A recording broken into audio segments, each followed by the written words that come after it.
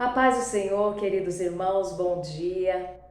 Estou grata ao Senhor por mais um dia, o Senhor me conceder a oportunidade de estar servindo a Ele, trazendo para você uma palavra para o seu coração, amém? Hoje eu quero ler aqui no livro, aqui em Gênesis, no capítulo 3, no versículo 8, que diz assim: E ouviram a voz do Senhor Deus, que passeava no jardim pela viração do dia. E escondeu-se Adão e sua mulher da presença do Senhor Deus entre as árvores do jardim. E chamou o Senhor Deus a Adão e disse-lhe: Onde estás?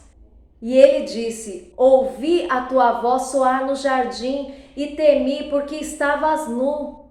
E escondi-me. E disse Deus: Quem te mostrou que estava nu? Comeste tu da árvore que te ordenei que não comesses?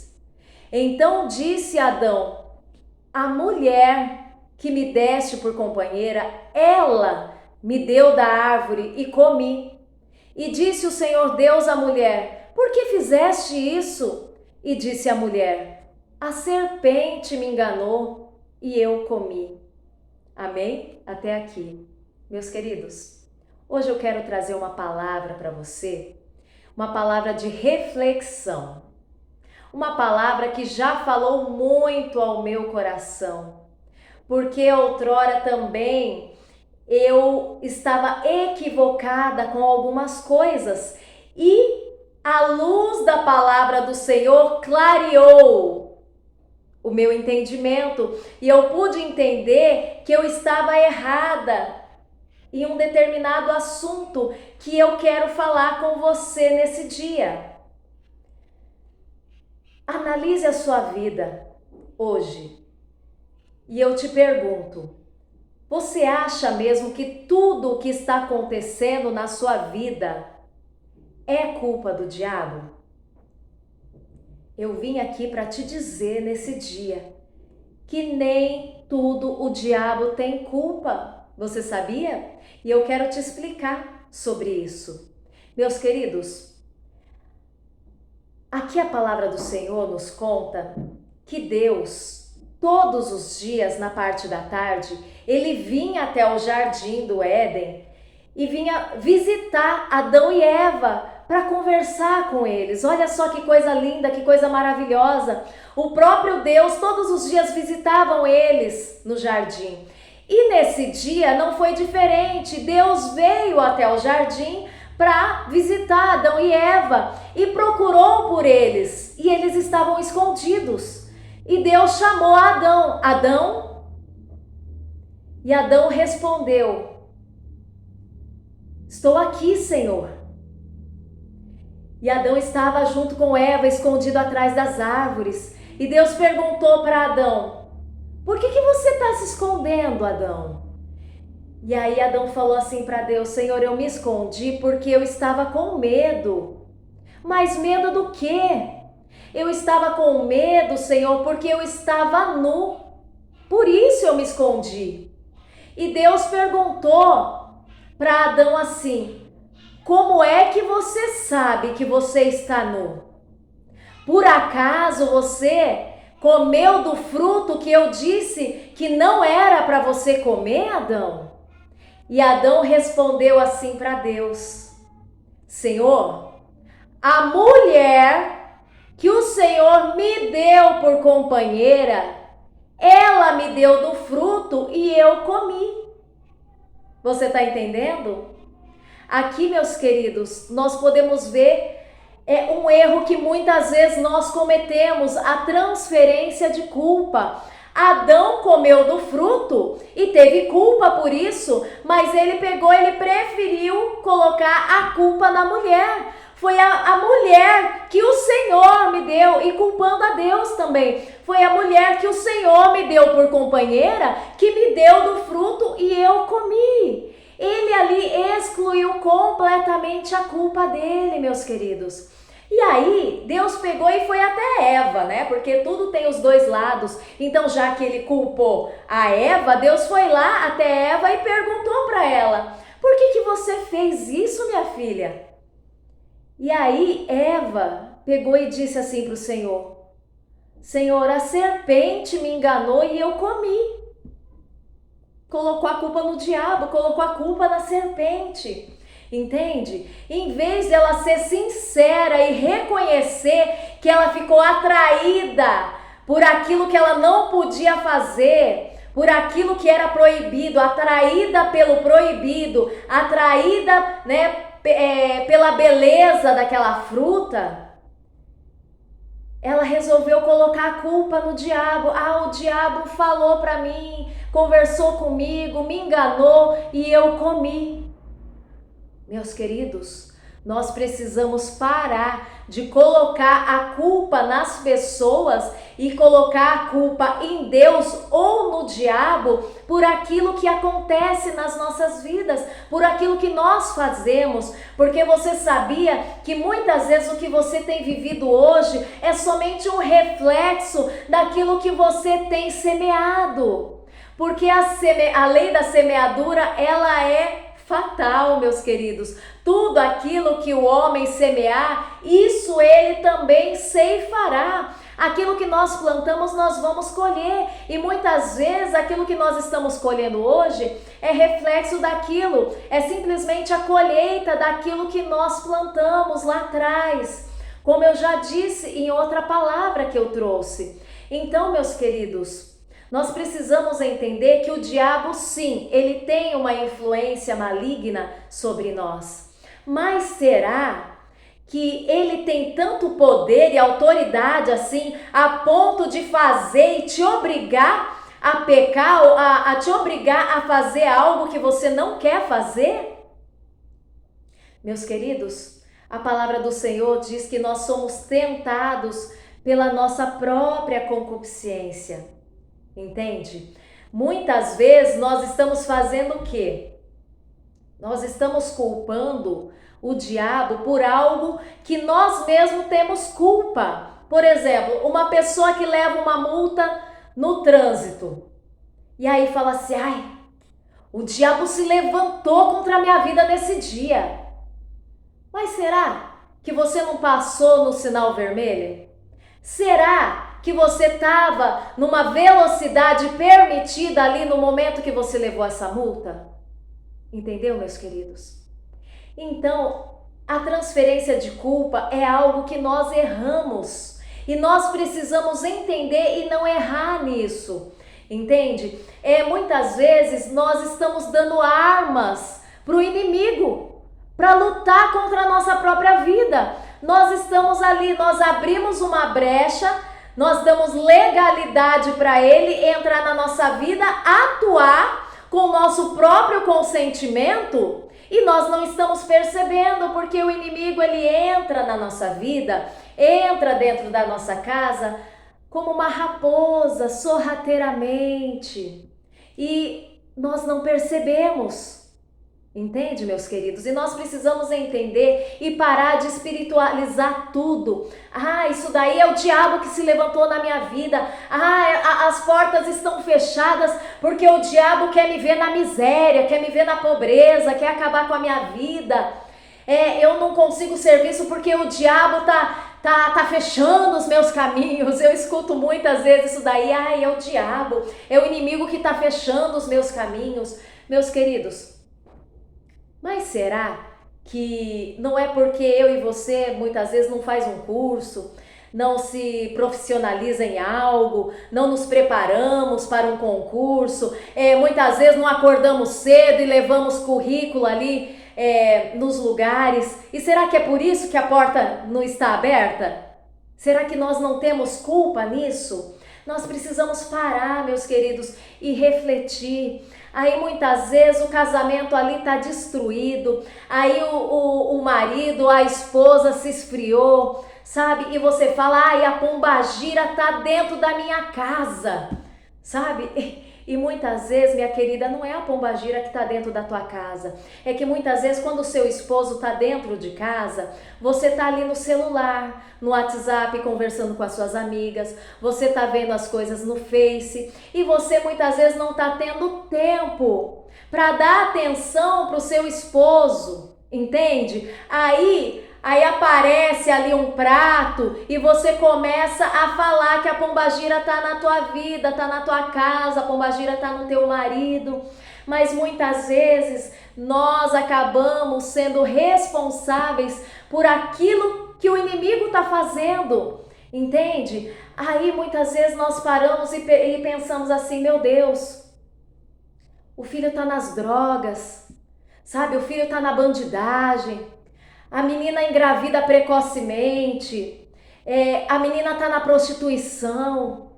Mas, meus queridos, nós precisamos urgentemente, escute bem o que eu estou te dizendo, urgentemente começar a dar valor àquilo que nós temos. Nós precisamos urgentemente cuidar daquilo que o Senhor tem nos dado. Sabe, uma pessoa que se encontra num presídio por causa de roubo, por causa de algum delito que cometeu, meus queridos, a pessoa ela não se transforma nisso que ela é hoje aos seus 30 anos de idade, entende? Isso daí vem, da sua criação. E muitas vezes nós estamos ocupados, nós estamos sobrecarregados, nós temos colocado tantas coisas como prioridade nas nossas vidas e nós temos deixado aquilo que nós verdadeiramente precisamos priorizar, sabe? As famílias estão desestruturadas muitas vezes porque os papéis, meus queridos, nos dias de hoje, por conta da modernidade, por conta do movimento feminista, os papéis se inverteram dentro dos lares e isso está causando destruição nas famílias. Eu te explico por quê. Houve um momento, né, na vida, assim, meados dos seus anos 70, houve um movimento feminista onde as mulheres elas começaram a lutar por direitos iguais. Elas queriam ser iguais aos homens. Elas queriam ter o direito de voto, o direito à opinião, entende?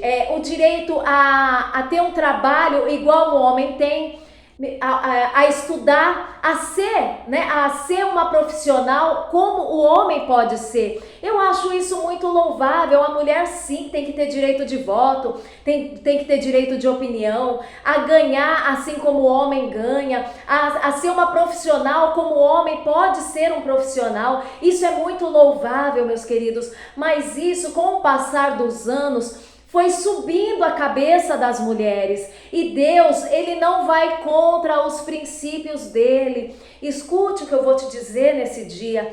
Deus, ele é um Deus de princípios e ele não vai contra a palavra dele, contra os seus princípios. E na Bíblia diz que o marido, ele é o cabeça da mulher, ele é o cabeça do lar. Foi para isso que Deus criou o homem e a mulher. Deus criou a Adão e depois ele disse assim: não é bom que o homem esteja só, façamos uma mulher, uma adjuntora para ele. E o que é uma adjuntora?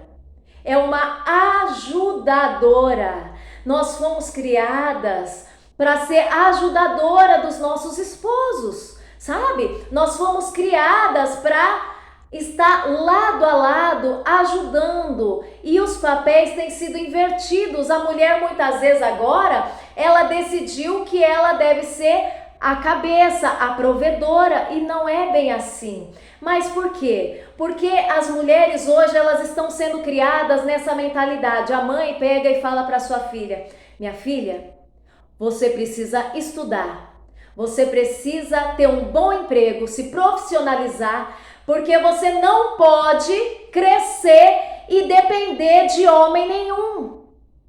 E as mulheres hoje estão sendo criadas com essa mentalidade: eu não posso depender de homem nenhum, eu não posso depender do meu marido. Entende? Então, minhas queridas, o que acontece? Muitas famílias estão desestruturadas pelos papéis invertidos.